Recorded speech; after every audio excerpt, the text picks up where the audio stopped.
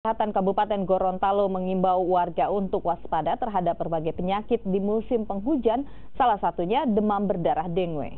Saat ini puluhan orang terjangkit demam berdarah dengue di Gorontalo dan satu orang meninggal dunia.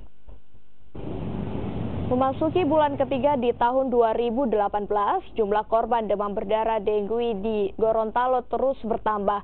Menurut Dinas Kesehatan Kabupaten Gorontalo, korban akibat DBD di awal Maret bertambah satu orang dari jumlah total 46 orang pasien.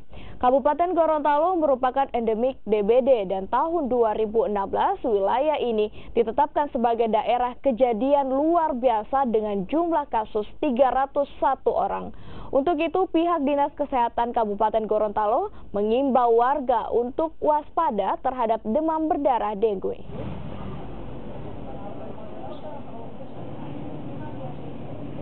Jadi untuk demam berdarah memang seperti biasa kita tahu ya, untuk pencegahan itu biasanya bagaimana kita meningkatkan peran serta masyarakat untuk membersihkan, jangan sampai ada tempat-tempat atau habitat daripada nyamuk Aedes aegypti itu. Jadi itu apalagi kalau musim hujan banyak genangan air, itu yang kita antisipasi dan kita himbau kepada masyarakat.